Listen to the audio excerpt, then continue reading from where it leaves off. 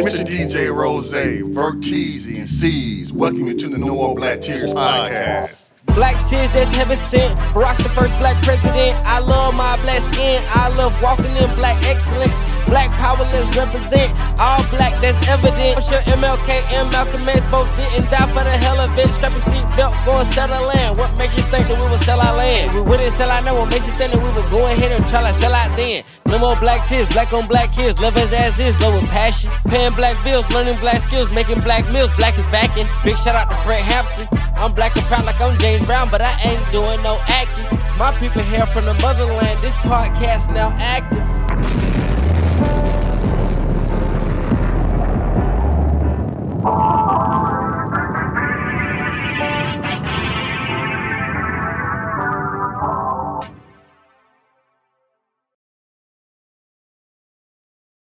No More Black Tears podcast. We back in the building another again.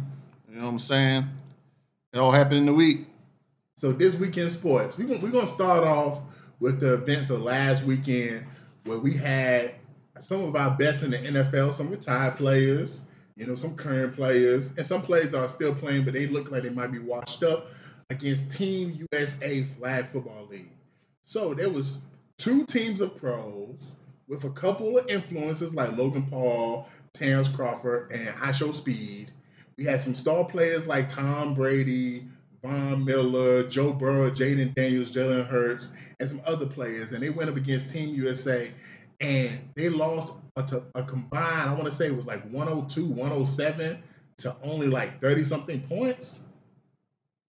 Man, what was your thoughts of what happened in that flag football games this weekend? They did what they said they was going to do. The flag football people said, we'll dust them, and they did exactly what they said. Other than that, it's like, one thing else I had about is like the NFL players are doing things that they don't even do in the NFL game on Sunday. But they were doing things that they don't even do on Sunday. Like, why Joe Burrow, why are you trying to run the ball and do spin moves?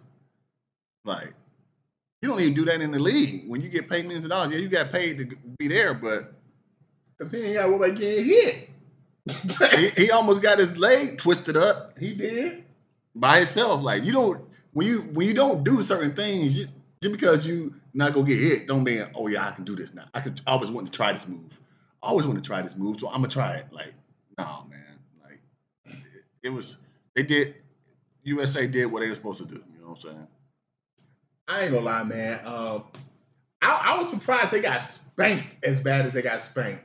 Some of the key takeaways was, bro, that pass by Tom Brady, man, to Diggs, man, let me tell you, man, that my brother TTK texted me and said Tom Brady still got it. And I said, that nigga never lost it.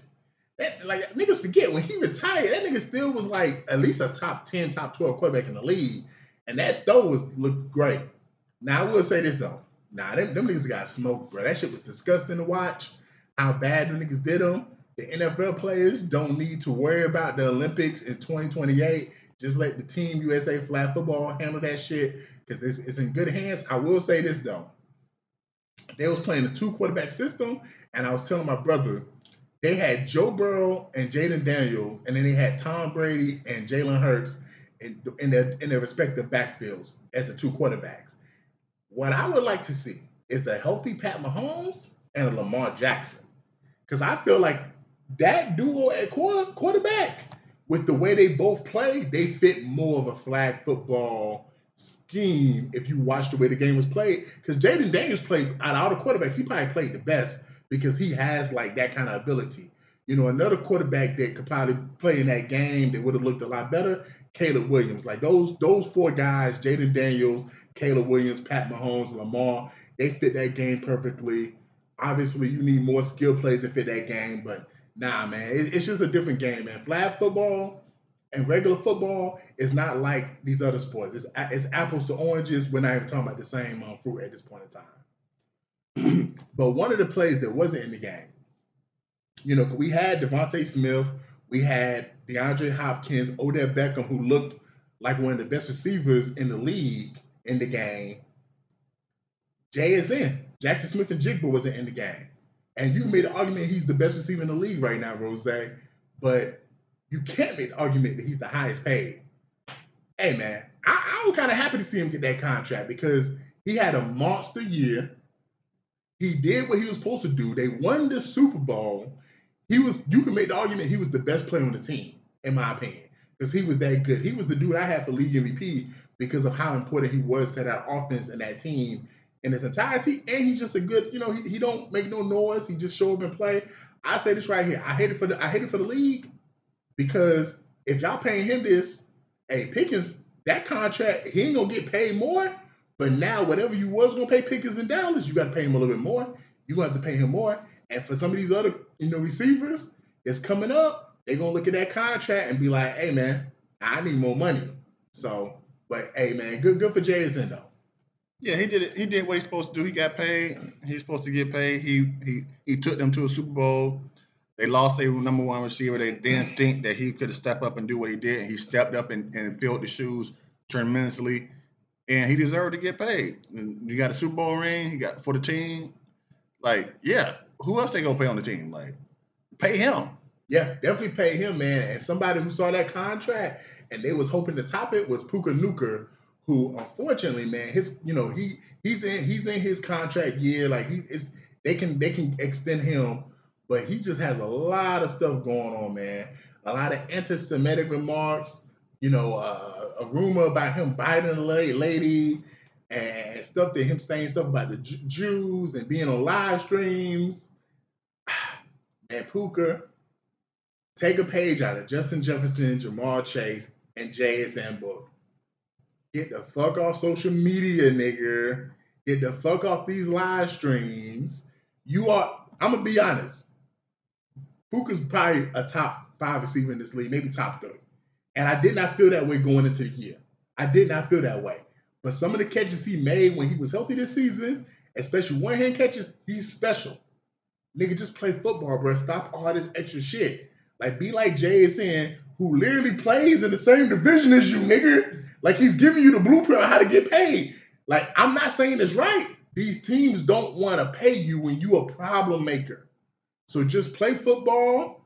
And you supposed to be like, ain't he like kind of whitish? Like, you ain't a nigger. So it's like, you kind of should already understand. You're not supposed to be saying shit about the Jews. Kanye told you that. Dave Chappelle told you that. Leave the Jewish people alone. You even better off saying nigga, to be honest. Yeah, if this was tears and no tears, I wouldn't have no tears for Puka. You know what I'm saying? Like, this is an example of when people are so lame, but then when they get money, they want to start showing up and start showing out. He's the definition of that. Because he went to BYU, you know what I'm saying? That's a religious school. So you couldn't do nothing there. You probably didn't do nothing in high school. You get to the league, you get millions of dollars, and now you want to show out. You want to try to live your dream. You want to do all the stuff that you wish you could have did when you was in high school and in college. Nah, man, sit down and play football, man. Do the same thing you've been doing. Like, what's the point of all this? Trying to be seen, you know what I'm saying? Trying to party and all this other stuff. Nah, man, sit down. Yeah, man. We just finished watching, Duke versus St. John's. Congratulations to the Blue Devils. They advanced to the Elite Eight, and we'll know by Monday if they're gonna be dancing in the Final Four or not. But like moving on to the Sweet 16, it actually was a couple of good games. I'll say this right here. I was surprised that Houston lost to Illinois. Congrats to Illinois. They going on to the Elite Eight. We'll see what they do. I wasn't surprised that Duke won. I expected them to. I actually got them in my bracket to make it to the national championship. Arizona beat Arkansas. That wasn't a surprise to me because I thought Arizona was a better team. But I will say this. It would have been nice to see Arkansas make it, just like it would have been nice to see Johns make it, because probably the 2 biggest name coaches that was in the Sweet 16 was John Calipari and Rick Pitino. Dan Hurley in UConn is a big name, but he ain't the same on those levels. I will say this, like, hopefully UConn can advance because UConn got a pretty good team, and, hopefully we get more games like we did with Duke and St. John's a few moments ago. But, Sweet 16 is off to a great start. Yeah, it's been good. Yesterday, the Texas Purdue game came down to the wire. Great game. I thought Texas was gonna pull it out, but Purdue got a lucky bounce and they pulled it out. Arizona did what they were supposed to do. You know what I'm saying? Everybody was on Darius Acuff Jr.'s tail wagon. You know what I'm saying? On his bells, and they didn't. They got smashed. You know what I'm saying? And then today, you know what I'm saying? The guy they called Bells from St. John's thought he thought he really was Bells. He thought he was really that guy. He ain't did nothing all game, and want to start taking 3-pointers like he gonna win the game or tie the game. No, what are you thinking? You know what I'm saying? We got Michigan and UConn coming up next. That's gonna be a good game. Not Michigan, but Michigan State. You know what I'm saying? But it's crazy how Michigan's in they smashing Alabama right now, and then Michigan State they got a chance to. So they got a chance to face each other. So that would be for the city for you know what I'm saying the city of Detroit and the state of Michigan. That would be great for them. You know what I'm saying? Shout out Jalen Rose. You know what I'm saying? But other than that, man, I think they're doing what they're supposed to do. You know what I'm saying? There's nobody standing out as I'm watching all these games. It's a lot of team basketball being played, a lot of sets being run. You know what I'm saying? So that's good. And that's the thing about with Sweet 16 and the Elite Eight. If you want to just watch some like fundamental basketball, this is the time to watch it because nobody's going to stand out anymore. You know what I'm saying? They're usually the best players on the floor are freshmen, and they're going to make mistakes. So, but I'm enjoying it so far this year. And we'll see who's the most outstanding player in the tournament when the national champion is crowned. But speaking of most outstanding, who's the MVP in the NBA right now? Right now, the main people are talking about Shea. People think he's gonna win. Victor is in that conversation. Luka and Jokic are going back and forth, and there's even people that's saying, "Yo, what about Jaylen Brown and what he's doing with Boston?" Vic came out and said it should be him, man. Rose, like if you had an MVP vote, who would be your MVP and why? Right now, Shea Green always SGA. Right now, they got the best team, they got the best record, and he the best player, and his numbers are MVP numbers. If San Antonio comes and takes over the number one spot by the end of the year, then Vic should be the MVP. If if Luka and the Lakers continue to be on the win streak, they can't. I don't think they can't catch San Antonio or Oklahoma City.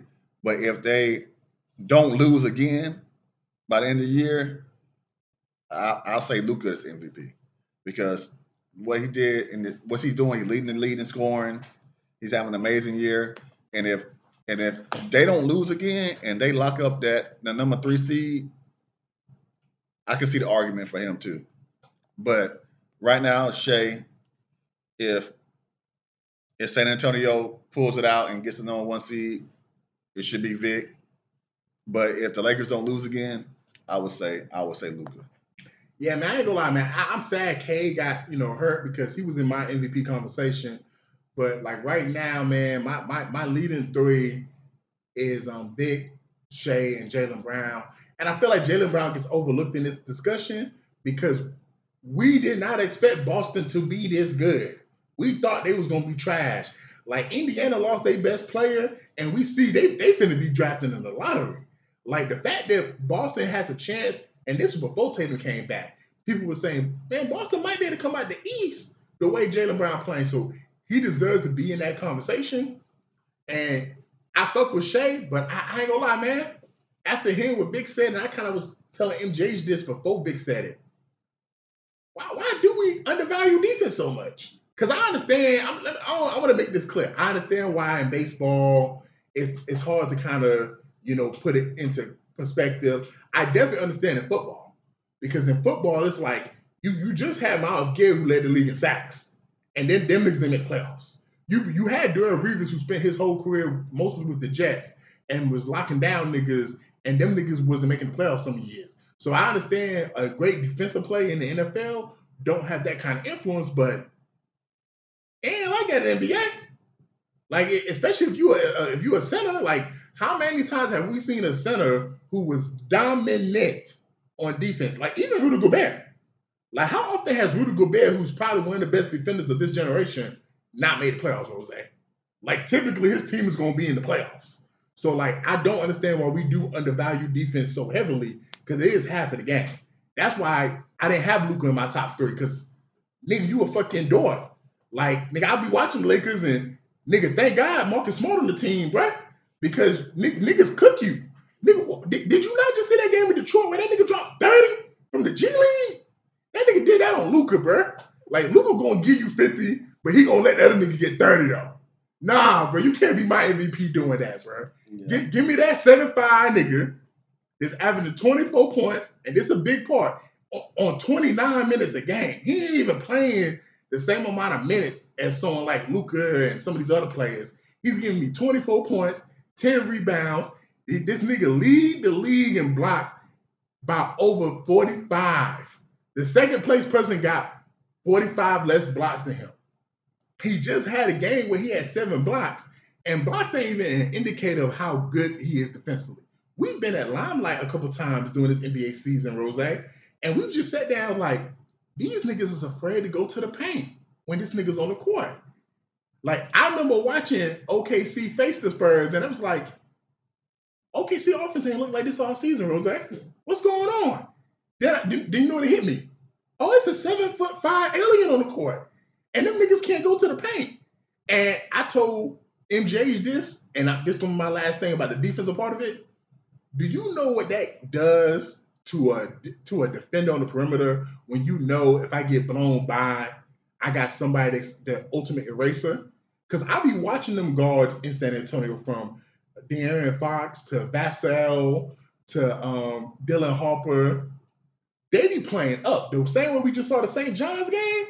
Like when we saw some of them players get by the St. John's guards on the perimeter, there was nobody in the paint to stop it. Now, I ain't like that in San Antonio. If you blow by one of our guards, just understand it's a nigga back here that's going to send your shit to the 5th row. Like that make it easy. That make it a lot easier for those defenders to be like, yo, we not giving you shit. We not going to let you just come up the court easily. Like, yeah, man, to me, like, also, nobody thought the Spurs would be the number 2 team in the league. Like, you just said that, Rose. Like they the number 2 team in the entire league right now. But we kind of expected OKC to do what they're doing. I will say this: the biggest plus in Shay's argument is he's done what he's done without his second best player. Like people have forgot that Jalen Williams has missed most of the season. So I feel like if he gets the MVP, I'm not mad at it because if Jalen Williams wasn't playing, I'd be like, yeah, this kind of bullshit. But he's missed most of the season. But to me personally, yeah, Vic's my MVP, man, because what he does for the entire team on both sides is so tremendous that I feel like the Spurs is not the Spurs without that nigga. Yeah. That's a good argument.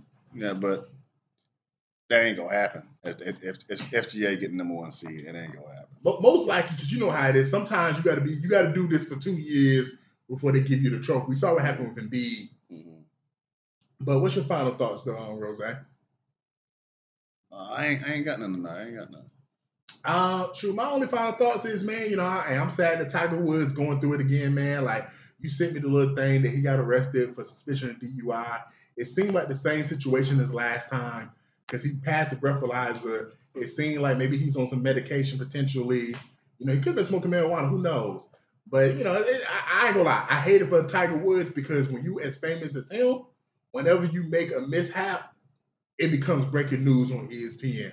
Like, and that's I hate it for Tiger Woods because he's just out here for the last 2-3 years, and it seems like he done kind of got his life together. Like I be seeing him at the tournaments. It be showing him with his son who's trying to, you know, be a golfer, and they be having friendly banter and stuff. So, you know, hey man, I wish him the best, man. You know, he's still a black man at the end of the day. Shout out to the Mamba. Gotta.